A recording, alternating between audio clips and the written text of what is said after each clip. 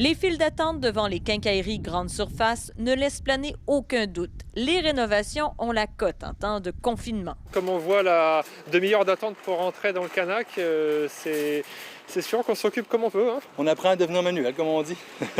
J'ai rénové mon 3e étage, je rénove ma cuisine avec Ikea et je change ma piscine parce que c'est écrasé cet hiver. Ce secteur du commerce au détail arrive à bien s'en sortir. Dans les secteurs, là, quincaillerie, piscine, centre de jardin, on parle d'augmentation peut-être entre 30 et 50 des ventes présentement par rapport à la période précédente. Les secteurs essentiels là, ont passé très bien à travers la crise.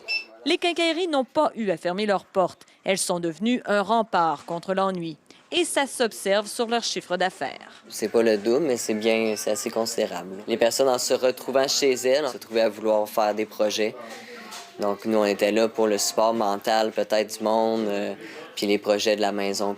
La tendance aussi, c'est beaucoup le feuillage. Dans ce centre de rénovation, on a rapidement senti le besoin des clients pour un changement de décor. Les gens ont beaucoup redécoré là, au courant du mois d'avril. De rester chez soi 24 heures sur 24, on regarde les affaires, des choses qui nous tannent, qu'on les remarque pas quand on n'est pas à la maison. Mais là, d'être là tout le temps, on a eu beaucoup de gens qui se sont dit que les travaux n'étaient pas prévus, puis ont dit, bien, tant qu'à y être, on rénove. Malgré les apparences, il n'y a pas nécessairement davantage de clients, mais ceux qui se rendent en magasin dépensent plus.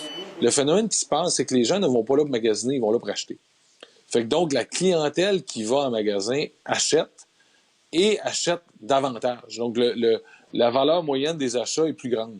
Et c'est souvent le budget des vacances qui est consacré aux rénovations. Le monde sort chez eux, donc le budget vacances devient budget maison. Les gens ont une certaine résilience par rapport au projet de vacances qu'ils avaient prévu cet été. On sent qu'on va être probablement tous à la maison ou très près de la maison. La machine est partie. Ici, on croit que cette tendance va rester. Je pense que ça va se traduire là, même pour les prochaines saisons. Là. Mais ce n'est pas gagné d'avance. Dès qu'il y a un avion disponible, on s'en va.